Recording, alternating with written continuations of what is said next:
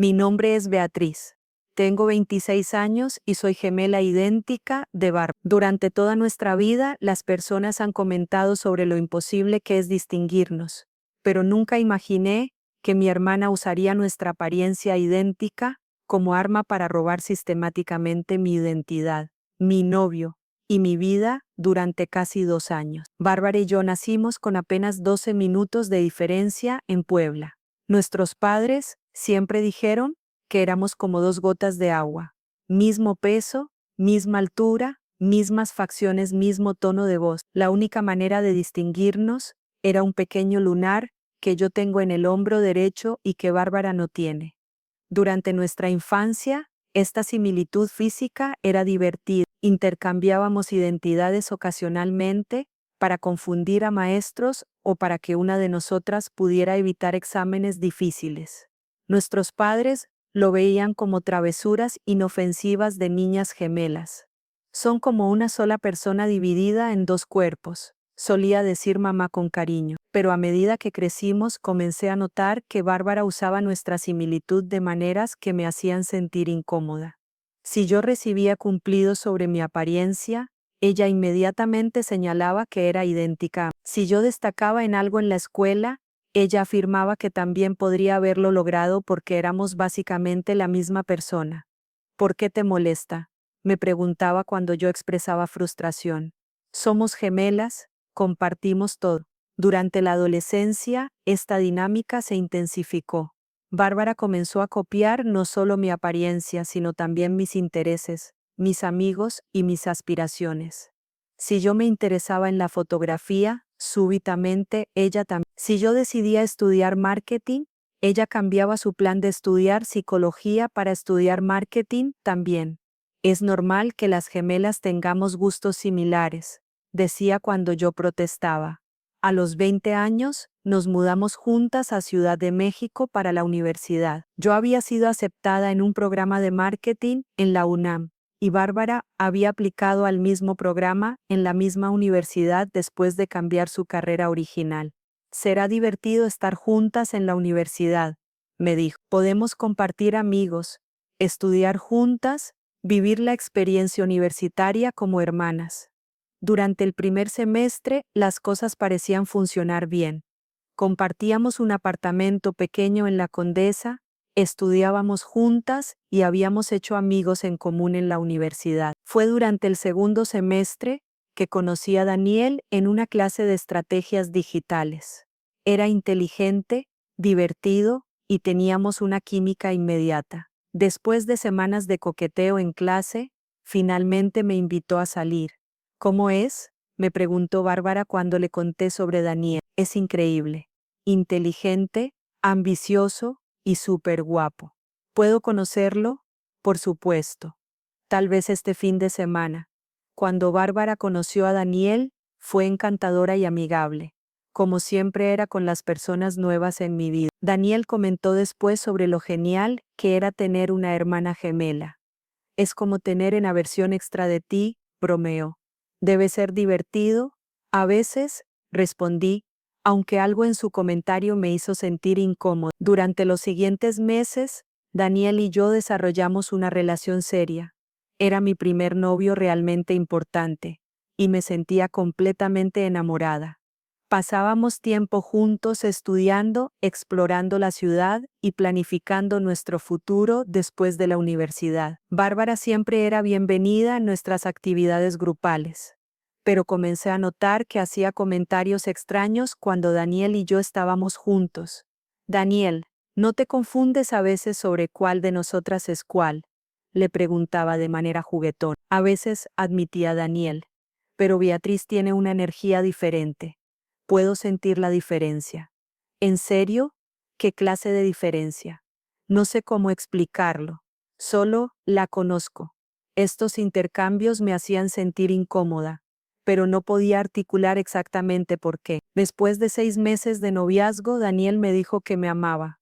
Fue durante una cena romántica en un restaurante en la Roma Norte, y me sentí completamente feliz. Te amo también, le respondí.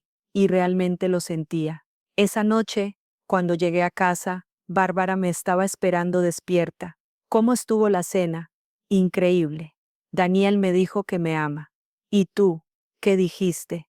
Que lo amo también. Bárbara sonrió, pero había algo extraño en su expresión que no pude identificar. Durante las siguientes semanas, comencé a notar cambios sutiles en el comportamiento de Daniel. A veces, parecía confundido sobre conversaciones que habíamos tenido o planes que habíamos hecho. Otras veces mencionaba cosas que yo no recordaba haber discutido con él. ¿No me dijiste que querías ir a Oaxaca este verano? Me preguntó un día. No, nunca hablamos de Oaxaca. Estoy seguro de que lo mencionaste. Dijiste que siempre habías querido conocer las ruinas de Monte Albán. Daniel, nunca he dicho eso. No tengo especial interés en Oaxaca. ¡Qué extraño! Estaba seguro de que habíamos hablado de eso. Estos malentendidos se volvieron más frecuentes. Daniel insistía en que habíamos tenido conversaciones que yo no recordaba, o me sorprendía cuando yo no sabía cosas que él pensaba que le había contado. ¿Estás bien?, me preguntó después de una confusión particularmente frustrante. Últimamente pareces diferente. ¿Diferente cómo? A veces es como si fueras una persona completamente distinta. ¿Qué quieres decir? No sé. A veces dices cosas que no suenan como o reaccionas de maneras que no esperaría. Daniel, soy la misma persona de siempre. Sí, probablemente tienes razón. Tal vez estoy estresado por los exámenes. Pero la sensación de que algo estaba mal continuó creciendo. Un día, mientras revisaba mi teléfono, noté algo extraño en mi historial de mensajes con Daniel. Había conversaciones que no recordaba haber tenido, mensajes que no recordaba haber enviado. Uno de los mensajes decía: no puedo esperar a verte esta noche. Tengo una sorpresa para ti. Yo nunca usaba ese emoji y no recordaba haber enviado ese mensaje. Revisé más cuidadosamente mi historial y encontré docenas de mensajes que no recordaba haber escrito. Algunos incluían planes para salidas que no recordaba haber hecho. Otros contenían conversaciones íntimas que no recordaba haber tenido. Mi primera reacción fue pánico. Estaba perdiendo la memoria. Tenía algún problema médico que estaba causando lagunas en mi memoria. Pero entonces noté algo más específico. Los mensajes que no recordaba haber enviado tenían un estilo de escritura ligeramente diferente al mío. Usaban expresiones que yo normalmente no usaba y emojis que normalmente no utilizaba. Esa noche, decidí preguntarle directamente a Bárbara si había notado algo extraño en mi comportamiento últimamente. ¿Extraño cómo? Daniel dice que a veces actúo diferente y he encontrado mensajes en mi teléfono que no recuerdo haber enviado. Bárbara frunció el ceño con preocupación convincente. Eso es raro. ¿Has estado durmiendo bien? ¿Estás estresada por la escuela? Tal vez. Pero es más que eso. Es como si hubiera tenido conversaciones completas que no recuerdo. ¿Quieres que vayamos al médico? Tal vez deberías hacerte algunos estudios. Su sugerencia parecía genuinamente preocupada, así que comencé a considerar seriamente que tal vez tenía algún problema médico. Pero 2 días después, mientras esperaba a Daniel en un café cerca de la universidad, vi algo que cambió completamente mi perspectiva. Vi a Bárbara caminando de la mano con Daniel por la plaza, riendo y actuando como una pareja. Mi primera reacción fue confusión total. ¿Por qué estaban juntos? ¿Por qué Daniel no me había dicho que se encontraría con Bárbara? Los observé desde la distancia durante varios minutos. No estaban actuando como amigos o como cuñados. Estaban actuando como novios. Daniel tenía su brazo alrededor de la cintura de Bárbara, la manera exacta como normalmente me abrazaba a mí. Bárbara estaba riéndose y tocando su brazo de la manera coqueta que yo había observado que otras mujeres usaban con sus novios. Entonces Daniel se inclinó y besó a Bárbara en los labios. El mundo se detuvo. No era un beso amistoso o familiar. Era un beso romántico, íntimo, del tipo que normalmente compartíamos Daniel y yo. Me quedé sentada en el café, completamente congelada, tratando de procesar lo que acababa de ver. Había varias explicaciones posibles. Por ahí Daniel me estaba engañando con mi hermana gemela. Daniel pensaba que Bárbara era yo. Bárbara estaba haciéndose pasar por mí. Durante los siguientes minutos observé más cuidadosamente su interacción. Daniel claramente pensaba que estaba con su novia. No había confusión o duda en su comportamiento. Estaba actuando exactamente como actuaba conmigo. Bárbara, por otro lado, estaba actuando como yo. Había adoptado mis gestos, mi manera de reír, mis expresiones faciales. La realización me golpeó como un martillo. Bárbara había estado haciéndose pasar por mí con Daniel. ¿Pero cuándo? ¿Cómo? ¿Por cuánto tiempo? Entonces, recordé todos los mensajes en mi teléfono que no recordaba haber enviado. Todas las conversaciones que Daniel insistía que habíamos tenido pero que yo no recordaba. Bárbara había estado usando mi teléfono para mantener conversaciones con Daniel. Había estado planeando encuentros con él, haciéndose pasar por mí. La traición era tan profunda y elaborada que inicialmente mi cerebro se negó a aceptarla completamente. Salí del café y lo seguí a distancia prudente. Fueron a un restaurante donde Daniel y yo habíamos tenido nuestra primera cita. Bárbara ordenó exactamente lo mismo que yo siempre ordenaba. Utilizó las mismas expresiones que yo usaba cuando hablaba con Daniel. Era como ver una versión distorsionada de mi propia relación. Si esta historia ya te está pareciendo increíble, dale like y suscríbete para más historias impactantes. Y dime en los comentarios, ¿estás viendo esto mientras comes algo o descansando en tu cama? Esa noche cuando Bárbara llegó a casa, actué como si nada hubiera pasado. ¿Cómo estuvo tu día?, le pregunté casualmente. Normal. Estudié en la biblioteca la mayor parte del día. ¿No viste a Daniel? No. ¿Por qué? Por nada. Solo curiosidad. Era una mentira completa. Había pasado horas con Daniel, haciéndose pasar por mí. Durante los siguientes días, comencé a monitorear más cuidadosamente las actividades de Bárbara. Descubrí que había estado teniendo encuentros regulares con Daniel durante meses. Siempre cuando yo tenía clases que ella no tenía o cuando yo estaba ocupada con otras actividades. También descubrí que había estado accediendo a mi teléfono cuando yo dormía o cuando estaba en la ducha, enviando mensajes a Daniel y coordinando estos encuentros secretos. La elaboración de su engaño era impresionante y aterrador. Había estado estudiando mis manierismos, mis expresiones, mi manera de hablar, para poder replicarme perfectamente cuando estaba con Daniel. Peor aún, había estado manipulando mi relación con Daniel para crear oportunidades para sus encuentros. Cuando ella sabía que quería ver a Daniel, me envía mensajes haciéndose pasar por él para cancelar nuestras citas o posponerlas. Beatriz, algo surgió en el trabajo. Podemos vernos mañana en lugar de hoy. Yo pensaba que esos mensajes venían de Daniel, pero en realidad venían de Bárbara, creando espacio para que ella pudiera estar con él haciéndose pasar por mí. Después de una semana de observación, tenía evidencia suficiente para confirmar lo que estaba pasando, pero no sabía cómo confrontar la situación. ¿Cómo le dices a tu novio que la persona con quien pensó que estaba saliendo la mitad del tiempo era en realidad tu hermana gemela? ¿Cómo confrontas a tu hermana gemela sobre una traición tan fundamental y elaborada? Decidí empezar con Daniel. Daniel, necesitamos hablar sobre algo importante. ¿Qué pasa? Durante los últimos meses has notado algo extraño sobre mí. ¿Extraño cómo? Inconsistencias, momentos donde parezco diferente. Bueno, sí, a veces, pero pensé que era estrés de la escuela o algo así. ¿Puede ser más específico? A veces, pareces más específico. A veces, pareces más reservada. Y a veces, hablamos de cosas que después pareces no recordar. Daniel, ¿alguna vez has considerado la posibilidad de que a veces no estuvieras hablando conmigo?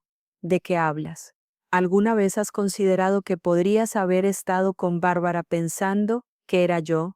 Daniel se rió. Beatriz, puedo distinguirte de Bárbara. Son gemelas, pero no idénticas en personalidad. Pero podrías distinguirnos físicamente si una de nosotras estuviera tratando activamente de hacerse pasar por la otra. Supongo que sería más difícil. ¿Pero por qué Bárbara haría eso? Esa es exactamente la pregunta que necesito que te hagas. Le mostré los mensajes en mi teléfono que no recordaba haber enviado.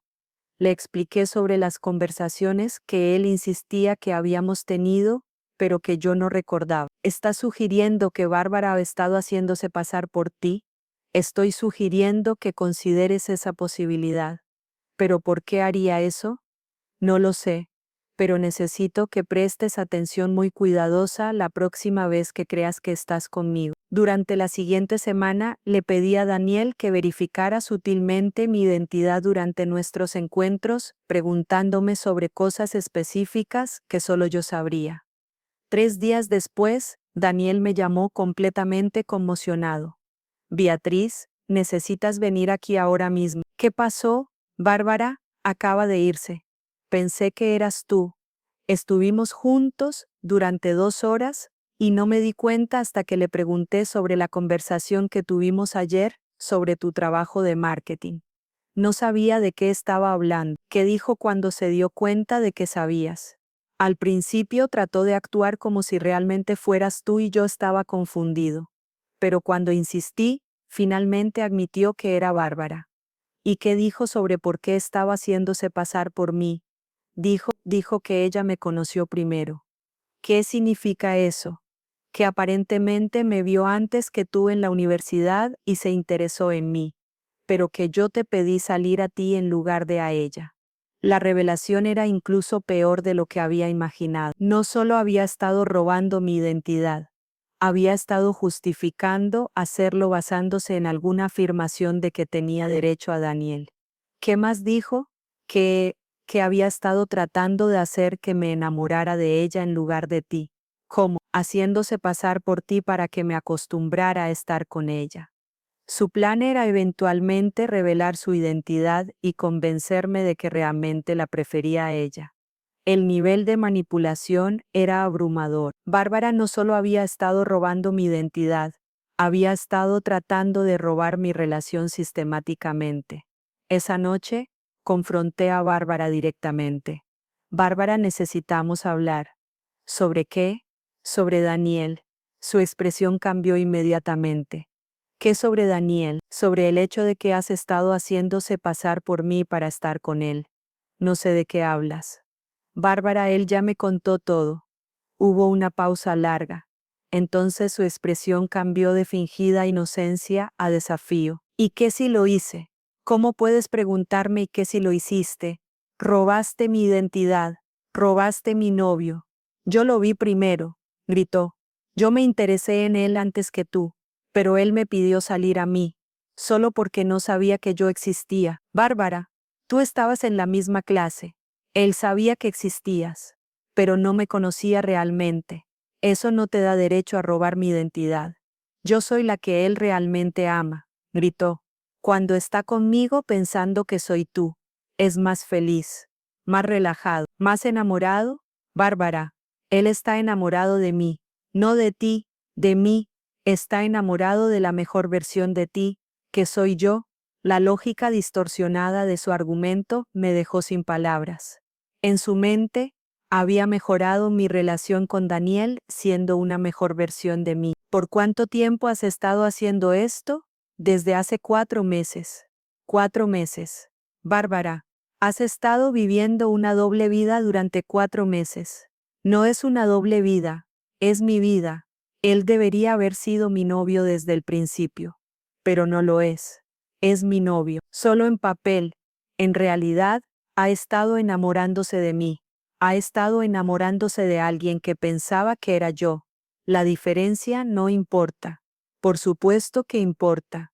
La confrontación escaló durante horas. Bárbara alternaba entre defender sus acciones, minimizar su impacto y culparme por robar a Daniel de ella en primer lugar. Siempre has tenido todo más fácil, me dijo finalmente. Siempre has sido la favorita, la más extrovertida, la más exitosa. ¿De qué hablas? Somos gemelas, tenemos las mismas oportunidades. No tenemos las mismas personalidades. Tú siempre has sido más carismática. Bárbara, eso no justifica robar mi identidad. No robé tu identidad.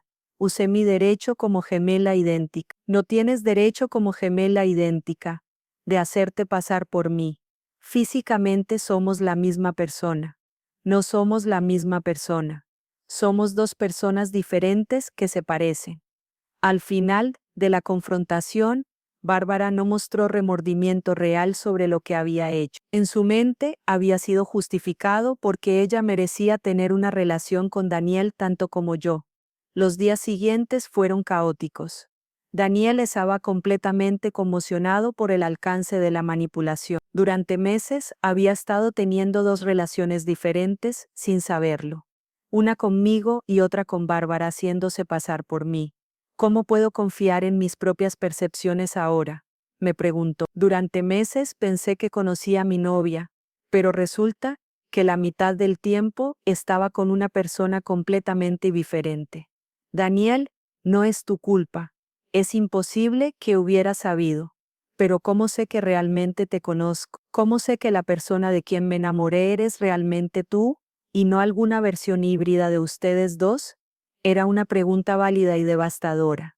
Bárbara había contaminado nuestra relación tan fundamentalmente que Daniel ya no podía confiar en sus propios sentimientos o percepciones. ¿Quieres que intentemos reconstruir nuestra relación desde cero?, le pregunté. No sé si es posible. Cada vez que te miro, voy a recordar que a veces no eras realmente tú. ¿Y si nos tomamos un tiempo apartados para que puedas procesar esto?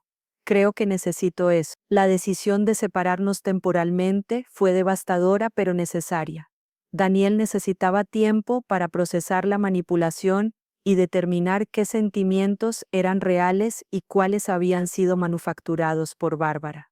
En cuanto a vivir con Bárbara, se volvió imposible inmediatamente. No podía confiar en que no accediera a mi teléfono, mis cuentas, o que no tratara de hacerse pasar por mí nuevamente. ¿Necesitas mudarte?, le dije. Porque yo, ambas pagamos la renta. Porque tú eres la que violó mi privacidad y mi identidad.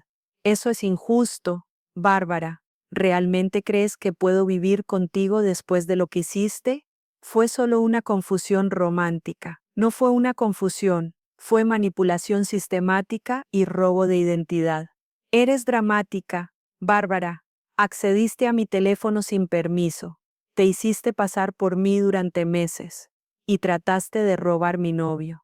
Eso no es drama, es traición. Bárbara se mudó una semana después, pero no antes de hacer varios intentos más de contactar a Daniel haciéndose pasar por mí. Cambié todas mis contraseñas, implementé autenticación de 2 factores en todas mis cuentas, y le pedí a nuestros amigos mutuos que verificaran mi identidad si parecía estar actuando extrañamente. Durante los siguientes meses, Daniel y yo trabajamos lentamente para reconstruir nuestra relación. Requirió mucha terapia individual y de pareja para procesar el trauma de haber sido manipulados tan elaboradamente.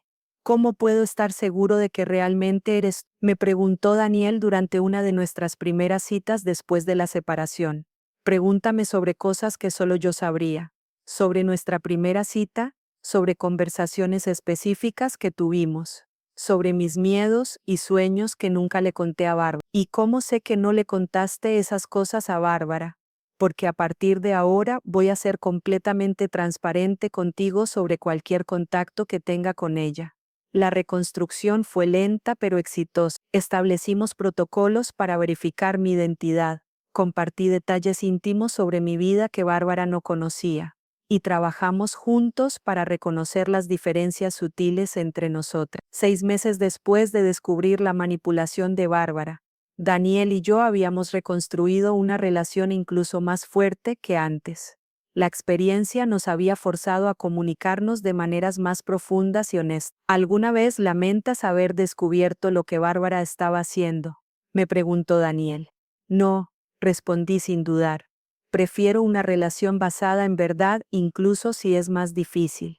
En cuanto a Bárbara, cortamos contacto completamente durante 1 año, no porque no la amara como hermana, sino porque necesitaba tiempo para procesar la traición y determinar si era posible tener una relación saludable con alguien capaz de tal manipulación. 1 año después del incidente, Bárbara me contactó queriendo hablar. ¿Podemos vernos?, me preguntó en un mensaje. ¿Para qué? Para disculparme apropiadamente. Acepté encontrarme con ella en un lugar público con límites de tiempo claros. Beatriz, sé que lo que hice estuvo mal, comenzó. ¿Qué específicamente estuvo mal? Usar tu identidad sin permiso. ¿Y qué más? Manipular tu relación con Daniel. ¿Y qué más? Violar tu privacidad accediendo a tu teléfono. ¿Y qué más? No, no estoy segura qué más quieres que diga. Quiero que entiendas que no solo violaste mi privacidad, casi destruyes mi capacidad de confiar en las personas. Hiciste que Daniel cuestionara su propia realidad. Creaste trauma que tomó meses de terapia procesar.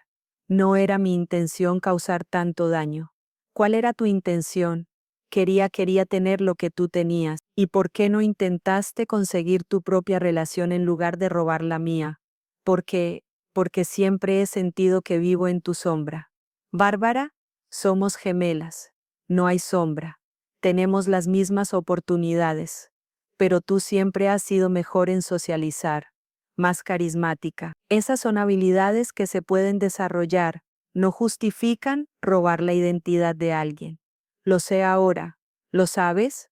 ¿O solo dices que lo sabes porque quieres que te perdone? Realmente lo entiendo ahora. He estado en terapia. ¿Y qué has aprendido en terapia? Que tengo problemas con límites personales y envidia hacia ti que datan de nuestra infancia. ¿Y qué vas a hacer sobre esos problemas? Continuar trabajando en ellos. Y respetar tu espacio si decides que no puedes confiar en mí nuevamente. La conversación fue un comienzo, pero no una solución completa. Reconstruir confianza con Bárbara sería un proceso aún más largo y difícil que reconstruir mi relación con Daniel. 2 años después del incidente, Daniel y yo nos comprometimos. Bárbara no fue invitada a la propuesta, pero le envié una foto después porque a pesar de todo seguía siendo mi hermana. Felicidades, respondió. Daniel es afortunado de tenerte. Gracias. ¿Hay alguna posibilidad de que pueda estar en tu boda? No lo sé todavía. Necesito más tiempo para decidir. Lo entiendo. Finalmente decidí invitar a Bárbara a la boda, pero con condiciones estrictas. No podía estar sola conmigo en ningún momento. No podía acceder a mis cosas personales, y cualquier comportamiento manipulativo resultaría en su expulsión inmediata. Durante la boda se comportó apropiadamente. Fue educada, mantuvo distancia respetuosa y no causó drama. Después de la ceremonia, se acercó a mí brevemente. «Estás hermosa», me dijo, «y puedo ver que Daniel realmente te ama. Gracias. Siento haber casi arruinado esto para ti. Yo también». Hoy, 3 años después del incidente, Bárbara y yo tenemos una relación limitada pero civil. Nos vemos ocasionalmente en eventos familiares, pero mantengo límites estrictos sobre lo que comparto con ella sobre mi vida personal. Daniel y yo hemos estado casados durante 1 año, y nuestra relación es sólida y saludable. La experiencia con Bárbara nos enseñó la importancia de la comunicación honesta y la verificación de identidad en relaciones íntimas. Establecimos protocolos que parecen extremos para personas que no han experimentado manipulación de identidad, pero que son necesarios para nuestra paz mental.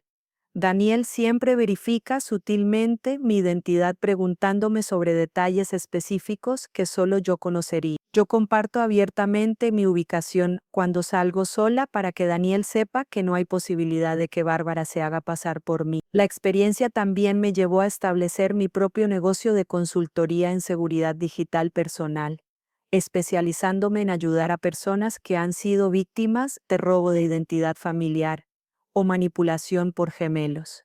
Descubrí que hay más casos de esto de lo que la gente imagina. ¿Cuántas personas han contactado tu servicio?, me preguntó Daniel durante una cena. En el último año 23 personas, principalmente mujeres que han sido víctimas de hermanas, primas o amigas muy cercanas que usaron su apariencia similar para manipular relaciones. ¿Es realmente tan común? Más común de lo que pensarías, especialmente en familias donde hay competencia no resuelta entre hermanos o problemas de identidad personal. Mi especialización Me ha permitido ayudar a otras víctimas de manipulación de identidad a reconocer las señales, documentar evidencia y reconstruir relaciones dañadas por engaño. ¿Qué consejo le das a personas en situaciones similares?, me preguntó una periodista durante una entrevista. Primero, que confíen en su intuición. Si algo se siente extraño en su relación, investiguen en lugar de asumir que están imaginando cosas. Segundo, que documenten inconsistencia. Tercero, que establezcan verificaciones de identidad con sus parejas si sospechan manipulación. Y sobre perdonar a familiares que han hecho esto, el perdón es personal y no debe ser apresurado. Algunas relaciones pueden ser reparadas con tiempo, límites claros y trabajo terapéutico. Otras no, y eso está bien. 4 años después del incidente, Bárbara se casó con alguien que conoció en terapia. Fui invitada a su boda, y después de mucha consideración, decidí asistir. Durante la recepción, tuvimos nuestra primera conversación realmente honesta desde el incidente. ¿Cómo supiste que realmente amabas a tu esposo?, le pregunté, porque nunca sentí la necesidad de ser alguien más cuando estaba con él, respondió. Nunca quise ser tú o actuar como tú. Solo quería ser yo misma. ¿Y eso cómo se siente? Liberador. No sabía cuánta energía estaba gastando tratando de ser una versión de ti que pensaba que era mejor que yo misma. ¿Entiendes ahora por qué lo que hiciste fue tan dañino? Sí, no solo te lastimé a ti, me lastimé a mí misma, impidiéndome desarrollar mi propia identidad auténtica. Y si pudieras hacerlo diferente, habría trabajado en mi propia autoestima en lugar de tratar de robar la tuya. La conversación me ayudó a entender que la manipulación de Bárbara había venido de un lugar de profunda inseguridad personal, no de malicia calculada. Eso no excusaba sus acciones, pero me ayudó a encontrar un tipo de cierre que había estado buscando. 5 años después del incidente, Daniel y yo tuvimos nuestro primer hijo. Bárbara conoció a su sobrino durante una visita familiar supervisada. «Se parece a ti», me dijo mientras sostenía al bebé. «Se parece a nosotros», corregí. «Somos gemelas». «¿Tienes miedo de que haga algo inapropiado con él?» «Tengo precauciones razonables. Pero también creo que has crecido y cambiado». «He cambiado. Tener mi propia familia me ha ayudado a entender el daño que casi causé a la tuya. Hoy, 6 años después del incidente que casi destruyó mi vida, tengo una comprensión más profunda de la complejidad de las relaciones familiares, la importancia de los límites personales y el valor de la identidad auténtica. Bárbara y yo tenemos una relación que no es la que teníamos en la infancia, pero es honesta. Hay límites claros, respeto mutuo y reconocimiento de que algunas traiciones cambian permanentemente la dinámica familiar. Daniel y yo hemos construido un matrimonio basado en verificación constante y comunicación extremadamente abierta. Puede parecer exhaustivo para personas que no han experimentado manipulación de identidad, pero para nosotros es la base de la confianza. Mi negocio de consultoría en seguridad de identidad personal ha ayudado a más de 100 personas a navegar situaciones similares. He aprendido que la manipulación de identidad familiar es más común de lo que la sociedad reconoce, y que las víctimas a menudo enfrentan escepticismo, porque la familia no haría eso. La experiencia me enseñó que ser gemela idéntica no significa compartir identidad. Significa compartir apariencia física mientras se mantienen identidades completamente separadas e igualmente válidas. Al final, Bárbara me enseñó inadvertidamente lecciones valiosas sobre la importancia de la autenticidad, la vigilancia en las relaciones, y el hecho de que el perdón no requiere el restablecimiento de la confianza total. Algunas traiciones son reparables, otras simplemente se aprende a vivir con ellas de manera que permita el crecimiento personal y la protección futura.